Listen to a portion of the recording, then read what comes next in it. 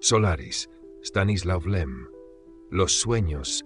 Transcurridos 6 días y no habiéndose producido ninguna reacción, decidimos repetir la experiencia.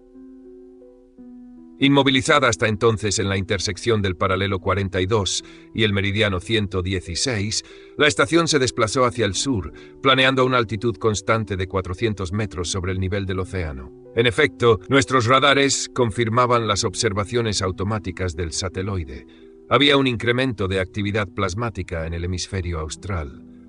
Durante 48 horas, un invisible haz de rayos X modulados por mi propio encefalograma bombardeó a intervalos regulares la superficie casi lisa del océano. Al cabo de esas 48 horas de viaje, habíamos llegado a las inmediaciones de la región polar. El disco del sol azul descendía de un lado del horizonte y ya del lado opuesto, las aureolas purpúreas de las nubes anunciaban la salida del sol encarnado. En el cielo, unas llamas enceguecedoras y una lluvia de chispas verdes luchaban con atenuados resplandores bermejos. El océano mismo participaba de ese combate de 2 astros, abrasándose aquí de reflejos mercuriales y allá de reflejos escarlatas. La más pequeña nube que surcara el firmamento embellecía con destellos irisados la espuma de las olas. El sol acababa de desaparecer cuando en los confines del cielo y el océano asomó de pronto, apenas visible, ahogada entre brumas de color sangre, pero instantáneamente señalada por los detectores, una gigantesca flor de vidrio, una simetriada. La estación no cambió de rumbo. Al cabo de un cuarto de hora, el colosal rubí palpitante de resplandores mortecinos se escondió una vez más detrás del horizonte. Pocos minutos después, una esbelta columna, la curvatura del planeta ocultaba a la base, se elevó a miles de metros en la atmósfera.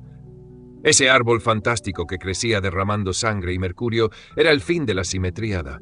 El ramaje profuso, el capitel de la columna, se fundió en un hongo gigante e iluminado simultáneamente por ambos soles voló con el viento. La parte inferior, en plena tumescencia, se fragmentó en pesados racimos y se hundió lentamente. La agonía de la simetríada duró toda 1 hora. Transcurrieron otras 48 horas. Nuestros rayos habían barrido una vasta extensión del océano. Una última vez, repetimos el experimento. Desde nuestro puesto de observación veíamos con relativa nitidez, a 300 kilómetros al sur, una cadena de islotes, 3 cumbres rocosas cubiertas de una sustancia parecida a la nieve y que era en realidad un sedimento de origen orgánico, demostrando que esa formación montañosa había sido en otra época el fondo del océano. Fuimos luego hacia el sudoeste. Costeamos por un tiempo una cordillera, coronada de nubes que se acumulaban durante el día rojo y luego desaparecían. Desde la primera experiencia habían transcurrido 10 días. En la estación, al parecer, no ocurría gran cosa.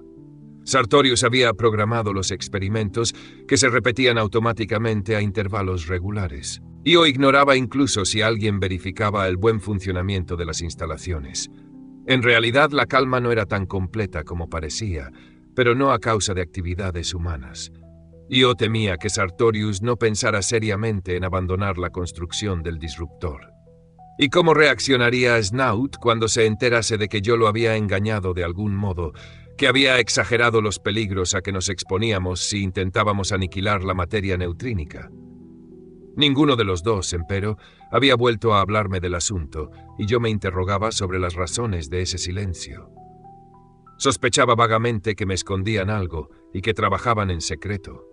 Todos los días yo iba a echar un vistazo al cuarto del disruptor, un recinto sin ventanas situado exactamente debajo del laboratorio principal. Nunca encontré allí a nadie. Una capa de polvo cubría el armazón y los cables del aparato, como si nadie lo hubiera tocado en las últimas semanas. En verdad, no encontraba a nadie en ninguna parte y no conseguía localizar a Snout. Lo llamaba a la cabina de radio y no había respuesta. Alguien ciertamente vigilaba los movimientos de la estación. ¿Pero quién? Yo lo ignoraba, y aunque parezca extraño, opinaba que la cuestión no me concernía. Que el océano no reaccionara también me dejaba indiferente, a tal punto que luego de 2 o 3 días ya no esperaba nada ni sentía miedo. Había olvidado por completo el experimento y las posibles reacciones. Me pasaba el día sentado, ya en la biblioteca, ya en la cabina. Harry, sombra discreta, me acompañaba siempre. Yo sentía con claridad que había un cierto malestar entre nosotros y que mi apatía Esa tregua del pensamiento no podía prolongarse mucho más. Por supuesto, de mí dependía que hubiera un cambio en nuestras relaciones, pero yo rechazaba la idea misma de cambio, era incapaz de tomar una decisión. Todo lo que había en la estación, y en particular mis relaciones con Harry, me parecía frágil e insustancial. La más mínima modificación podía romper ese peligroso equilibrio y precipitar un desastre.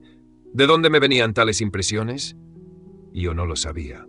Y lo más extraño era que Harry estaba pasando también por una experiencia semejante.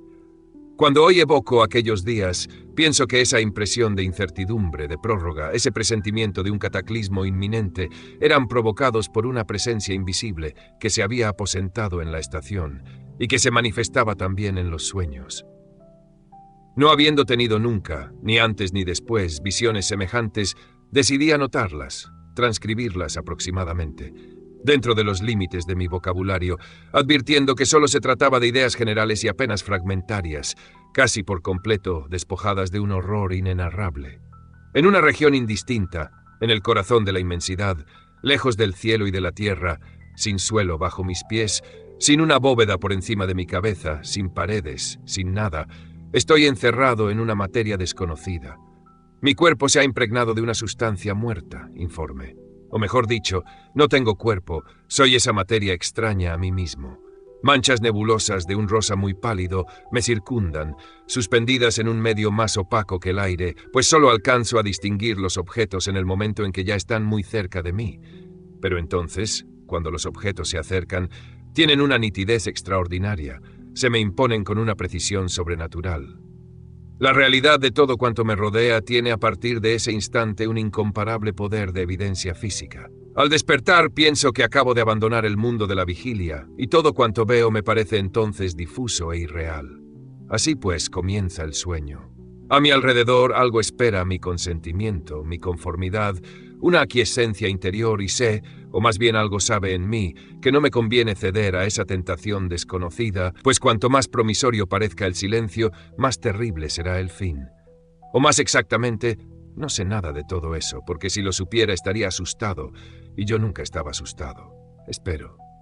De la bruma rosada que me envuelve emerge un objeto invisible y me toca. Inerte, prisionero de una materia extraña, no puedo retroceder ni darme vuelta, y ese objeto invisible me sigue tocando, auscultando mi prisión como si fuera una mano, y esa mano me recrea. Hasta ahora yo creía ver, pero no tenía ojos, y he aquí que tengo ojos. Bajo los dedos que me acarician con un movimiento vacilante, mis labios, mis mejillas emergen de la nada. La caricia se extiende y tengo un rostro. El aire me dilata el pecho, existo. Y recreado, yo creo a mi vez, y ante mí aparece un rostro que nunca he visto antes, a la vez ignoto y conocido. Me esfuerzo por encontrar los ojos frente a mí, pero me es imposible, pues no puedo dar ninguna dirección a mi mirada, y nos descubrimos mutuamente, más allá de toda voluntad, en un silencio absorto. Estoy vivo otra vez, siento en mí una fuerza ilimitada, y esta criatura, una mujer, sigue a mi lado, y no nos movemos. Nuestros corazones laten, confundidos, y de pronto en el vacío que nos rodea, donde nada existe ni puede existir, se insinúa una presencia de indefinible e inconcebible crueldad. La caricia que nos ha creado, que nos ha envuelto en un manto de oro, es ahora el hormigueo de muchos dedos. Nuestros cuerpos blancos y desnudos se disuelven, se transforman en un hervidero de larvas negras y somos los dos, una masa confusa de gusanos viscosos, una masa infinita, y en ese infinito, no, yo soy el infinito, grito en silencio, imploro la muerte, imploro un final. Pero simultáneamente me derramo en todas direcciones, y el dolor sube en mí, un sufrimiento más vivo que los sufrimientos de la vigilia, un sufrimiento concentrado, una espada que traspasa las lejanías negras y rojas, un sufrimiento duro como la roca y que crece, montaña de dolor visible a la luz resplandeciente de otro mundo. Un sueño entre los más simples. No puedo narrar los otros, me faltan las palabras para expresar ese horror. En esos sueños yo ignoraba la existencia de Harry y no encontraba ningún rastro de otros sucesos recientes o antiguos. Había también sueños sin imágenes. En una oscuridad inmóvil, una sombra coagulada. Siento que me auscultan lentamente, minuciosamente, pero sin ningún instrumento. Ninguna mano me toca.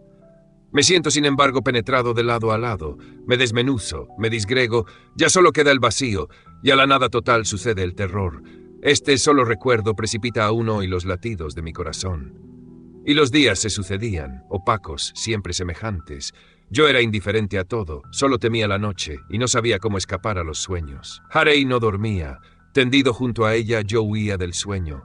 La estrechaba en mis brazos, la besaba. La ternura no era más que un pretexto, un modo de postergar el momento de dormirme. No le había hablado a Harry de esas horribles pesadillas. Sin embargo, Harry algo adivinó, pues yo creía ver en ella un sentimiento involuntario de profunda humillación. Como he dicho, hacía tiempo que yo no veía a Snout ni a Sartorius. Snout, no obstante, daba a veces señales de vida. Dejaba una esquela junto a mi puerta o me llamaba por teléfono. Me preguntaba entonces si no había observado ningún fenómeno nuevo, ningún cambio, cualquiera que fuese, que pudiera interpretarse como una reacción a la experiencia tantas veces repetida. Yo le decía que no, y le devolvía la pregunta. En el fondo de la pequeña pantalla, Snout se limitaba a menear la cabeza. 15 días después de haber suspendido los experimentos, me desperté más temprano que de costumbre. La pesadilla de la noche me había agotado y sentía un entumecimiento de todos los miembros, como si me hubiera pasado largas horas bajo los efectos de un poderoso narcótico. Los primeros rayos del sol rojo iluminaban la ventana. Un río de llamas purpúreas bañaba la superficie del océano y observé que esa inmensa extensión, que ningún movimiento perturbara en los días anteriores, comenzaba a agitarse. Y de pronto un tenue velo de bruma cubrió el océano negro. Pero esa bruma pálida parecía tener una consistencia tangible. Aquí y allá un temblor agitaba la bruma. Luego, poco a poco, la vibración se extendió en todas direcciones hasta el horizonte. El océano negro desapareció del todo bajo espesas membranas onduladas, con excrescencias de color rosa y depresiones nacaradas. Esas extrañas olas, suspendidas por encima del océano, se confundieron bruscamente y no hubo nada más que una masa de espuma burbujeante y glauca que una furiosa tempestad levantaba hasta la altura de la estación, y todo alrededor unas inmensas alas membranosas se precipitaron hacia el cielo rojizo. Algunas de esas alas de espuma, que velaban completamente al sol, eran negras como el carbón. Otras, sesgadamente expuestas a la luz, tenían tonalidades cereza o amaranto. Y el fenómeno proseguía, como si el océano estuviese mutando o despojándose de una vieja piel escamada. Por momentos la superficie negra del carbón del océano brillaba fugazmente en una grieta, al instante recubierta de espuma. Alas de espuma planeaban muy cerca de mí, a pocos metros de la ventana. Una de ellas rozó el cristal como una bufanda de seda. Y mientras el océano continuaba engendrando esos pájaros extraños, los primeros enjambres se disipaban en el alto cielo y se descomponían en el cenit en filamentos transparentes. La estación no se movió mientras duró el espectáculo, alrededor de 3 horas hasta la caída de la noche. Y cuando el sol hubo desaparecido y la sombra envolvió las aguas, miríadas de jirones de alas enrojecían aún elevándose en el cielo, planeando en apretadas filas, subiendo sin esfuerzo hacia la luz. El fenómeno había aterrorizado a Harry, pero no era menos desconcertante para mí. Sin embargo, la novedad no hubiera debido turbarme, puesto que los solaristas observaban 2 o 3 veces por año, y hasta más a menudo cuando los favorecía la suerte, formas y creaciones que ningún repertorio había descrito hasta entonces. A la noche siguiente, 1 hora antes de la salida del sol azul, asistimos a otros fenómenos. El océano brillaba con una luz fosforescente. Unas manchas de color gris danzaban acompañando a olas invisibles. Las manchas, aisladas al principio, se esparrieron rápidamente, se unieron entre sí, y un tapiz de luz espectral se desplegó hasta perderse de vista. La intensidad de la luz fue aumentando durante unos 15 minutos. Luego el fenómeno concluyó en forma sorprendente. Del oeste llegó una capa de sombra, avanzando sobre una superficie de varios centenares de kilómetros de ancho. Cuando esa sombra móvil dejó atrás la estación, la zona fosforescente del océano retrocedió hacia el este, como huyendo de un gigantesco extinguidor. Hubo una aurora fugitiva, perseguida hasta el horizonte, iluminada por un halo postrero, y luego triunfó la noche. Un poco más tarde, el sol se elevó sobre el océano desierto, rizado por algunas olas coaguladas de reflejos mercuriales que golpeaban mi ventana. La fosforescencia del océano era un fenómeno ya registrado, que se observaba a veces antes de la erupción de una simetríada y que de todos modos indicaba una amplificación local en la actividad del plasma oceánico. Sin embargo, nada ocurrió en las 2 semanas siguientes, ni dentro ni fuera de la estación. Una vez, empero, en mitad de la noche, oí un grito lacerante, un grito sobrehumano agudo y prolongado. Despertando de una pesadilla, creí al principio que había entrado en un nuevo sueño. Antes de dormirme había escuchado unos ruidos sordos que venían del laboratorio, situado en parte sobre mi cabina. Me había parecido que desplazaban objetos pesados, grandes aparatos. Y cuando supe que no soñaba, supuse que también ese grito venía de arriba. Pero ¿cómo un grito estridente hubiese podido atravesar aquella cámara? El alarido atroz duró casi media hora. Sudando a mares, los nervios a flor de piel, estaba a punto de subir al laboratorio cuando el grito cesó. Y otra vez oí el ruido distante, apagado, de unos objetos pesados que arrastraban por el suelo. 2 días más tarde yo cenaba con Harry, cuando Snout entró en la pequeña cocina. Estaba vestido como uno se viste en la tierra luego de una jornada de trabajo, y ese nuevo atuendo lo transformaba. Parecía más alto y también más viejo. Sin mirarnos, se acercó a la mesa. No se sentó, abrió una lata de carne y se puso a comer, tragando un bocado de pan entre 2 bocados de carne fría. La manga de la chaqueta rozó el borde de la lata y se manchó de grasa. «Tu manga, ten cuidado», le dije. Snout refunfuñó algo con la boca llena y siguió engullendo como si no hubiese comido nada desde hacía días. Llenó un vaso de vino, lo vació de un trago, suspiró y se pasó la mano por la boca. Me miró con unos ojos inyectados en sangre y farfulló. «¿No te afeitas más?» «Ajá», Harry apiló la vajilla en el fregadero. Snout se amacaba sobre sus talones, hacía muecas y se chupaba ruidosamente los dientes. Tuve la impresión de que exageraba a propósito el ruido. Me miró con insistencia. «¿Has decidido no afeitarte?» No le contesté. «Créeme», agregó, «haces mal». Él también empezó por no afeitarse. «Vete a dormir». «¿Por qué?» «Tengo ganas de charlar un rato». «Escucha, Kelvin, a lo mejor nos quiere bien. Tal vez quiera complacernos, pero no sabe cómo arreglárselas. Descifra deseos en nuestros cerebros y solo el 2% de los procesos nerviosos son conscientes. Nosotros mismos no nos conocemos. Habrá que entenderse con él». «¿Me escuchas?» «No quieres». «¿Por qué?», lagrimeó. «¿Por qué no te afeitas?» «Cállate, estás borracho». «¿Borracho, yo? ¿Y qué? Solo porque llevo mis huesos a cuestas por todos los rincones del espacio y meto las narices en el cosmos, ¿no tengo derecho a emborracharme? ¿Por qué?» «Tú crees en la misión del hombre, Kelvin? Jibarian me hablaba de ti antes de dejarse crecer la barba. Te describió muy bien. Y sobre todo, no vayas al laboratorio, perderías tu fe. El laboratorio es el feudo de Sartorius, nuestro Fausto Aurebur. Busca un remedio contra la inmortalidad. Es el último caballero del santo contacto, el hombre que nos hacía falta. Recientemente ha descubierto la agonía prolongada. No del todo mal, Agonía perpetua, de la paja, de los sombreros de paja. ¿Y tú no bebes, Kelvin?» Levantó los párpados hinchados y miró a Harry, que se apoyaba inmóvil contra la pared. Snout se puso a declamar. «Oh, blanca Afrodita, nacida del océano, tu gesto divino». Se ahogó de risa. «Rima, Kelvin, Kel, vino». Un acceso de tos le impidió continuar. Tranquilo, con una cólera fría, le grité. «¡Cállate! ¡Cállate y vete!» «¿Me echas? ¿Tú también? No te afeitas más y me echas. Ya no te interesan mis advertencias, no quieres mis consejos. Entre compañeros interestelares hay que ayudarse.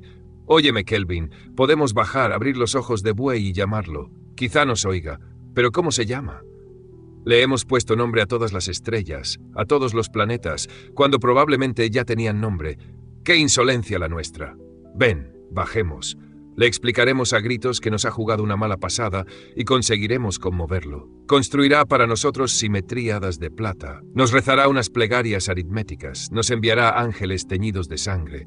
Compartirá nuestras penas y terrores. Nos pedirá que le ayudemos a morir. Ya nos pide ahora, nos suplica, que le ayudemos a morir cada vez que se manifiesta. ¿No sonríes? Pero sabes que bromeo. Si el hombre tuviese más sentido del humor, quizá las cosas hubieran tomado otro cariz.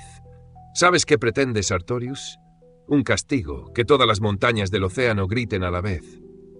¿Piensas que no se atreverá a someter ese plan a la aeronave esclerosada que nos ha enviado aquí, como redentores de pecados que nos son ajenos? Tienes razón, tiene miedo, pero solo le tiene miedo al sombrerito.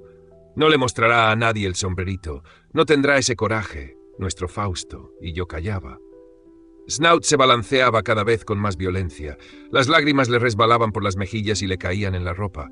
¿Quién es responsable?, continuó. ¿Quién es responsable de esta situación? ¿Hibarian? Giese. Einstein. Platón. Todos criminales.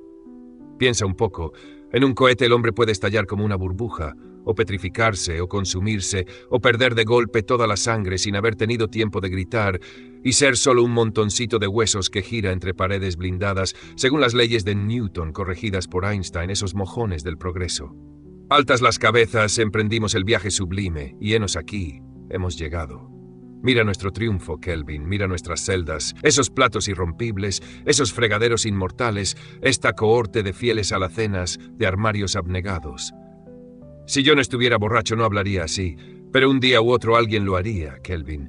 Y tú te quedas ahí sentado como un niño en un matadero y te dejas crecer la barba. ¿Quién tiene la culpa? Busca tú mismo la respuesta. Snout se volvió lentamente y salió apoyándose en el marco de la puerta para no caer. El eco de los pasos se perdió luego en el corredor. Yo evitaba mirar a Harry, pero de pronto y contra mi voluntad tropecé con los ojos de ella. Hubiera querido levantarme, tomarla en mis brazos, acariciarle el cabello. No me moví. Fin del capítulo.